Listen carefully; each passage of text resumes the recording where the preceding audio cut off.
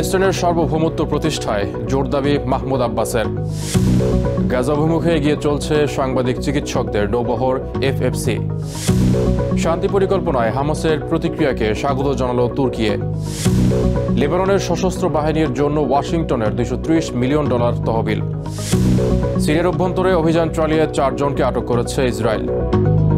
মধ্যপ্রাচ্যের রাজনৈতিক, অর্থনৈতিক সহ সবশেষ খবরাখবর আপনাদের সামনে এক নজরে তুলে ধরছি আমি শোয়েব আক্তার।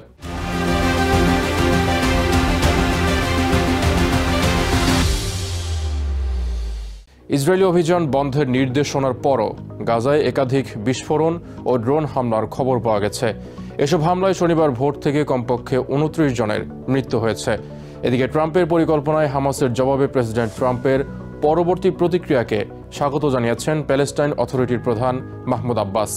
অবিলম্বে সম্পূর্ণ যুদ্ধবিরতি কার্যকর ও গাজায় ত্রাণ সরবরাহ এবং ওয়েস্ট ব্যাংকের সাথে সংযোগ পুনঃস্থাপনের দাবি জানান। অন্যদিকে যুদ্ধবিরতির অন্যান্য শর্তাবলী নিয়ে আলোচনার জন্য ইজিপ্টে রওনা দিয়েছেন স্টিভ উইটকফ, রন ডারমার এবং হামাসের একটি প্রতিনিধি দল। গাজায় হামলা বন্ধে প্রেসিডেন্ট ডোনাল্ড ট্রাম্পের নির্দেশনার পরও শনিবার একাধিক বিস্ফোরণ ও ড্রোন হামলার খবর পাওয়া গেছে। এদিন ভোর থেকে গাজায় 2 ডজনের বেশি প্যালেস্টিনিয়ান মারা গেছে। এছাড়া 24 ঘন্টায় 250-র বেশি প্রাণহানির খবর দিয়েছে গাজার স্বাস্থ্য মন্ত্রণালয়। যুদ্ধবিরতি পরিকল্পনায় হামাস ইতিবাচক প্রতিক্রিয়া জানানোর পর প্রেসিডেন্ট ট্রাম্পের পরবর্তী নির্দেশনা এবং আলোচনার অগ্রগতিকে স্বাগত জানিয়েছেন প্যালেস্টাইন অথরিটির প্রধান মাহমুদ আব্বাস। এক বিবৃতিতে তিনি বলেছেন, অবিলম্বে যুদ্ধবিরতি কার্যকর করতে হবে, পাশাপাশি দ্রুত গাজায় মানবিক সহায়তা চালু এবং ওয়েস্ট ব্যাংকের সাথে করিডোর সংযোগ পুনর্স্থাপনের দাবি জানান তিনি। হামাসের পক্ষ থেকে ট্রাম্পের পরিকল্পনার আংশিক সম্মতি জানানোর পর আলোচনা শুরু হতে যাচ্ছে ইজিপ্টে। এরই মধ্যে মধ্যস্থতাকারী দেশটির উদ্দেশ্যে রওনা দিয়েছেন প্রেসিডেন্ট ট্রাম্পের মধ্যপ্রাচ্য বিষয়ক বিশেষ দূত স্টিভ উইটকফ। পাশাপাশি ইসরায়েলের স্ট্র্যাটেজিক অ্যাফেয়ার্স মিনিস্টার রন ডারমার রওনা দিয়েছেন ইজিপ্টের উদ্দেশ্যে। রবিবারের মধ্যেই হামাসের একটি দলও কায়রো পৌঁছাবে। হামাসের অস্ত্রবিরতি, গাজা থেকে আইডিএফ এর সম্পূর্ণ প্রত্যাহার, গাজার অন্তর্বর্তী সরকার ব্যবস্থা ও জিম্মিদের মুক্তির সময়সীমা সহ ট্রাম্পের পরিকল্পনার বেশ কিছু বিষয় সোমবার উভয় পক্ষ আলোচনায় বসবে। এদিকে হামাসের ইতিবাচক প্রতিক্রিয়ার পর শান্তি আলোচনা শুরুর পদক্ষেপকে বহুল কাঙ্ক্ষিত বলে স্বাগত জানিয়েছে ওয়েস্ট ব্যাংক এবং গাজার প্যালেস্টিনিয়ানরা। লেবাননের যুদ্ধবিরতির পরও সেখানে 500 মানুষকে হত্যা করেছে ইসরায়েল। আমরা এমন যুদ্ধবিরতি চাই না। যুদ্ধ স্থায়ীভাবে বন্ধ করতে হবে এবং গাজায় ত্রাণ পৌঁছাতে হবে। আমরা আশা করি যুদ্ধবিরতি টিকে থাকবে। সমস্ত আরব দেশ, আমাদের জনগণ এবং হামাস একমত হয়েছে। তবে নেতানিয়াহু যেন নাশকতা না করেন, তিনি সবসময়ই এমন করে থাকেন। আমি খুব খুশি। আল্লাহর প্রতি কৃতজ্ঞতা আদায়ের জন্য মানুষকে রাস্তায় নেমে আসা উচিত। আমরা আশা করছি এবার স্বস্তি ফিরে আসবে। Azimur Rashid Kanak, TVN 24 news desk. Gaza উপত্যকায় ইসরায়েলি অবরোধ ভাঙতে উপকূল অভিমুখে এগিয়ে চলছে ফ্রিডম ফ্লোটিলা কোয়ালিশন বা এফএফসির নৌবহর। 8টি ছোট নৌকা ও একটি বড় জাহাজের সমন্বয়ে নৌবহরটি গত মঙ্গলবার ইটালির ওট্রান্টো বন্দর থেকে যাত্রা শুরু করে। নতুন এই নৌবহরটির অন্যতম আকর্ষণ সবচেয়ে বড় জাহাজ কনসায়েন্স বা বিবেক, যা গত মে মাসে মাল্টা উপকূলে ইসরায়েলি বোমা হামলার শিকার হয়েছিল। গাজা ইসরায়েলি মিডিয়া অবরোধ ভাঙার লক্ষ্যে নৌবহরটি ইজিপ্ট উপকূলীয় জলসীমা ধরে উপকূলের দিকে এগিয়ে যাচ্ছে। গাজায় ইসরায়েলি অবরোধ ভাঙতে উপকূল অভিমুখে এগিয়ে চলছে ফ্রিডম ফ্লোটিলা কোয়ালিশন বা এফএফসির 9টি নৌযান। চলতি বছরের মে মাসে মাল্টা উপকূলে ইসরায়েলি বোমা হামলার শিকার কনসায়েন্স জাহাজটি নতুন এই নৌবহরের অন্যতম প্রধান আকর্ষণ। গত মঙ্গলবার ইটালির ওট্রান্টো বন্দর থেকে যাত্রা শুরু করা নৌবহরটিতে 25টি দেশের কয়েক ডজন সাংবাদিক এবং চিকিৎসক রয়েছেন। জাহাজের ক্রু সহ 96 জন যাত্রীর এই বহরে বেশ কয়েকজন সংগঠকও রয়েছেন। গ্লোবাল সুমুদ ফ্লোটিলায় ইসরায়েলি বাহিনীর অবৈধ অভিযানের মধ্যেও ফ্রি ফ্রি প্যালেস্টাইন স্লোগানে এগিয়ে চলছে এফএফসির নৌবহর। And the Freedom Flotilla Coalition conscience vessel sailing together to break the siege. Free, free Palestine.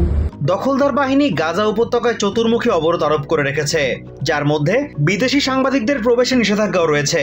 এজন্য মিডিয়া অবরোধ ভাঙার উপর জোর দিচ্ছে নতুন এই ফ্লোটিলা। এই ফ্লোটিলায় অংশ নেওয়া বাংলাদেশি অধিকার কর্মী শহীদুল আলম জানান, গাজার সাধারণ নারী, পুরুষ এবং শিশুদের পাশাপাশি নিহত সাংবাদিক এবং চিকিৎসক হত্যাকাণ্ডের প্রতিবাদে অবরোধ ভাঙতে যাত্রা করছেন তারা। তিনি বলেন, গাজায় গণহত্যা প্রতিরোধে বিশ্ব নেতাদের নিষ্ক্রিয়তা এবং ভণ্ডামির কারণে এবার সাধারণ মানুষ নিজেরাই পদক্ষেপ নেওয়ার সিদ্ধান্ত নিয়েছে। এদিকে গ্লোবাল সুমুদ ফ্লোটিলার নৌযান আটকের ঘটনায় তীব্র নিন্দা জানিয়েছে ইটালির জাতীয় এবং ইউরোপিয়ান পার্লামেন্টের সদস্যরা। শনিবার রোমে এক সংবাদ সম্মেলনে ইসরায়েলি নৌবাহিনীর এই অভিযানকে অপহরণ আখ্যা দেন বক্তারা। সুমুদ ফ্লোটিলায় অংশ নেওয়াদের মধ্যে ইটালিতে ফেরত পাঠানো 4 অধিকার কর্মী সম্মেলনে উপস্থিত ছিলেন। Sequestrati, perché non uso neanche il termine arrestare, perché l'arresto presuppone। সংবাদ সম্মেলনে বক্তব্য দেন ইটালির জাতীয় এবং ইউরোপিয়ান পার্লামেন্টের একাধিক সদস্য। ইসরায়েলি অবরোধ ভাঙতে আন্তর্জাতিক ব্যর্থতার কারণে সরকারের সমালোচনা করেন জাতীয় পার্লামেন্টের সদস্য আর্তুরো স্কোত্তো। মাত্র 35 মাইল এলাকা আমাদেরকে গাজা থেকে বিচ্ছিন্ন করে রেখেছে। 2007 সাল থেকে আমাদের সরকার এবং আন্তর্জাতিক সম্প্রদায় ইসরায়েলের অবৈধ অবরোধ ভাঙতে প্রকৃত চাপ প্রয়োগ করতে ব্যর্থ হয়েছে। এ সময় ইটালির ইউরোপিয়ান পার্লামেন্টের সদস্য বেনদেত তাস্কুদেরি বলেন, ফ্লোটিলা একটি শক্তি যা মানুষকে আবারও আন্দোলনে উৎসাহিত করবে।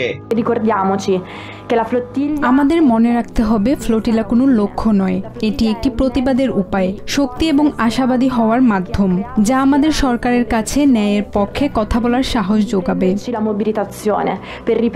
Azimur Rashid Kanak, TVN 24 news desk. President Donald ট্রাম্পের গাজা শান্তি পরিকল্পনার প্রস্তাবের জবাবে হামাসের ইতিবাচক প্রতিক্রিয়াকে স্বাগত জানিয়েছেন তুর্কির প্রেসিডেন্ট রিসেপ তাইয়েপ এরদোয়ান। শনিবার ইস্তানবুলে এক জনসভায় সমর্থকদের উদ্দেশ্যে দেয়া বক্তব্যে তিনি বলেন, এখন ইসরায়েলকে অবশ্যই গাজায় হামলা বন্ধ করতে হবে। শান্তি স্থাপনের যে সুযোগ তৈরি হয়েছে তা কোনোভাবেই নষ্ট করা যাবে না বলেও জোর দেন তিনি। প্রেসিডেন্ট ট্রাম্পের শান্তি পরিকল্পনার প্রতি হামাস যে সাড়া দিয়েছে, আমরা তা স্বাগত জানাই। অতীতেও বহুবার হামাস দেখিয়েছে শান্তির জন্য তারা প্রস্তুত। এর মাধ্যমে আমাদের অঞ্চলে স্থায়ী শান্তির একটি সম্ভাবনার দ্বার খুলেছে। শান্তির সুযোগ যেন নষ্ট না হয় তা নিশ্চিতে এই মুহূর্তে ইসরায়েলের হামলা বন্ধ করা অত্যন্ত জরুরি। গ্লোবাল সুমুদ ফ্লোটিলার আটক শতাধিক স্বেচ্ছাসেবককে আমরা আমাদের দেশে নিয়ে আসার উদ্যোগ নিয়েছি। সিরিয়ার অভ্যন্তরে অভিযান চালিয়ে 4 জনকে আটক করেছে ইসরায়েলি বাহিনী। স্থানীয় গণমাধ্যম জানায়, শনিবার ভোররাতে দক্ষিণ সিরিয়ার একটি গ্রামে প্রবেশ করে বাফার জোনে টহলরত ইসরায়েলি বাহিনী। পরে সেখানে চেকপয়েন্ট বসিয়ে 4 সন্দেহভাজনকে আটক করার দাবি করে ইসরায়েল। তারা প্রত্যেকেই সিরিয়ার নাগরিক। গত বছর সিরিয়ায় বাশার আল আসাদ সরকারের পতনের পর দক্ষিণ সিরিয়ার অভ্যন্তরে 9টি অস্থায়ী সেনা পোস্ট বসিয়েছে ইসরায়েলি সামরিক বাহিনী। প্রায় সময় তারা সিরিয়ার প্রায় 15 কিলোমিটার গভীরে গিয়ে অভিযান চালায়। আইডিএফের দাবি, ইসরায়েলের জন্য হুমকি হতে পারে এমন অস্ত্র এবং সন্দেহভাজন সন্ত্রাসীদের ধরতে তারা অভিযান পরিচালনা করে।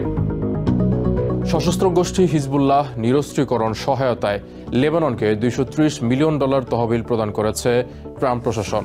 শনিবার ওয়াশিংটন ও বৈরুতের সূত্রে আরব নিউজ জানিয়েছে, লেবাননের নিরাপত্তা বাহিনীর সক্ষমতা বৃদ্ধিতে সহায়তা করার জন্য এই তহবিল দিয়েছেন প্রেসিডেন্ট ট্রাম্প।